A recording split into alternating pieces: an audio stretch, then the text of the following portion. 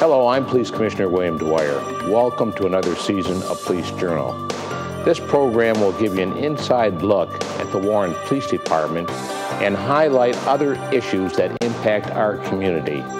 I always welcome your comments and suggestions. Please feel free to email me at wdwyer@warrenpd.org. Thank you and enjoy the show.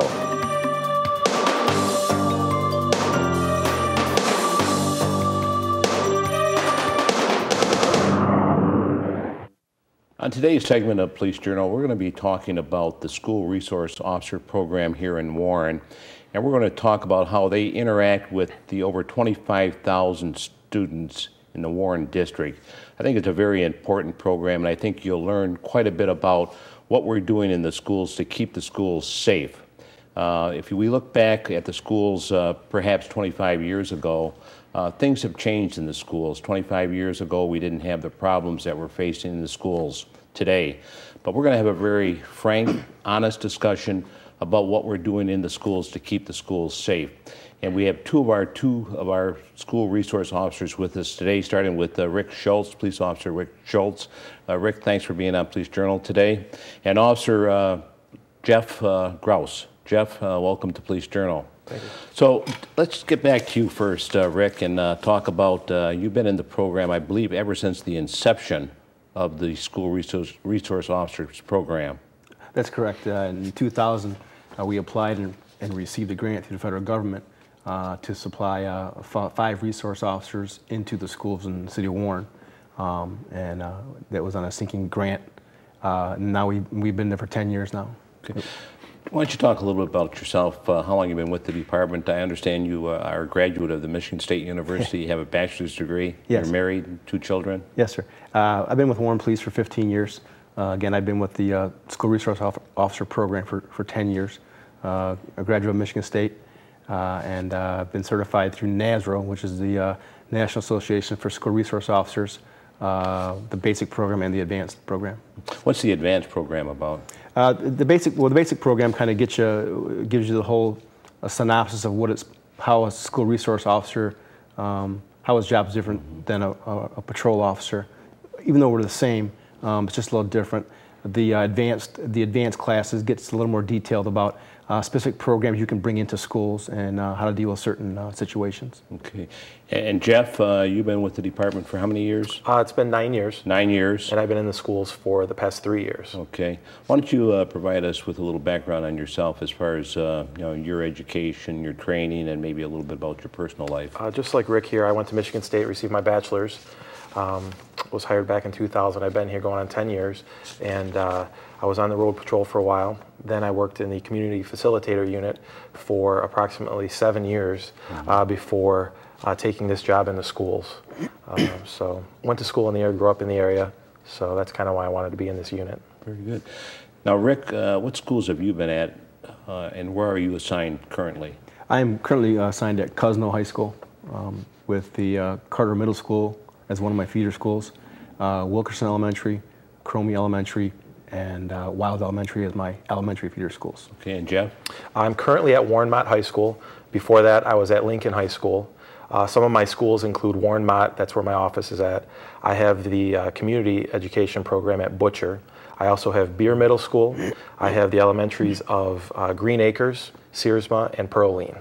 Okay, and we also have 3 other school resource officers that are assigned to the other high schools and resource, or the elementary schools, I should say. That's correct. We have an officer in Warrenwood Tower, an officer at Fitzgerald, and an officer in the Van Dyke School District.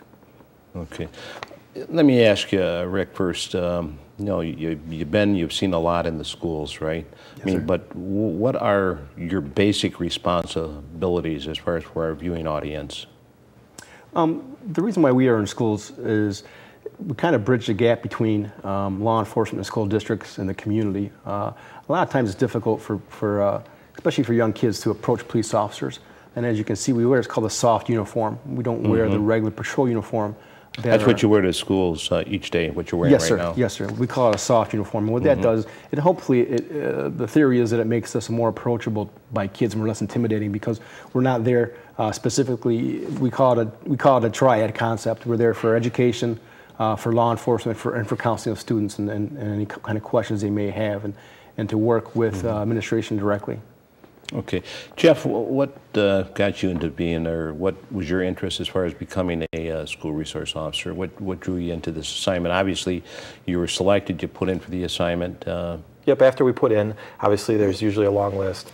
Once you were called upon, it's kind of exciting because you get into the communities a little bit more in depth. Being in the schools every day, you get to work with the kids.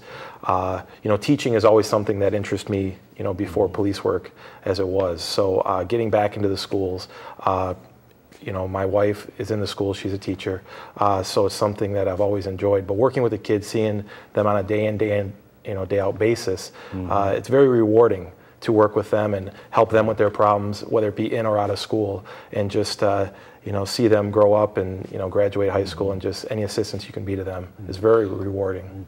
Rick, you really become part of the school too, right? Absolutely. I mean, the interaction between you and the students and the school administration and the teachers is something very unique, isn't it? That's what makes this program unique, is that when you're on the road and patrol, if you're assigned to a run and you take care of that run, you usually don't ever see what resolves of it, if it's a criminal case, unless it goes to some kind of court proceeding. In the schools, you get to take a situation from beginning and right to the investigators and be part of that investigation, and right to the end, and actually you can actually follow up with the kids and you can see how they're doing, and that's what makes the program really unique and nice. Very good. Jeff, what would be, for our viewing audience, you arrive at school, what is your basic day like in the high school or the elementary or feeder schools? Well, as we all do, we are usually based out of our high school, our main high school. That's where our office is at. That's where the parents and students and staff can find us on a regular basis. But a typical day, we come in and assist with some type of traffic duty, stuff like that, to make the day go smoother, help the parents come in, drop their kids off. We'll handle different problems in the morning, whether it be at our grade school, middle school, and just assist them arriving for the day. During the day, we make ourselves available to anybody, any school. Parents can call us, call our offices, stop by. But we just make ourselves available to all our schools. I have the west side of Warren Consolidated, so at any time I'm receiving phone calls or runs, whether it be from dispatch or requests from my principals to stop by and speak to people. And then throughout the day we'll have several meetings and finish up the day with making sure all the kids get home safe for the day. Very good. Rick, you've been there 10 years. Looking back over those 10 years, have you seen a change? As I opened up Police Journal today, I said, schools aren't like they were 25 years ago.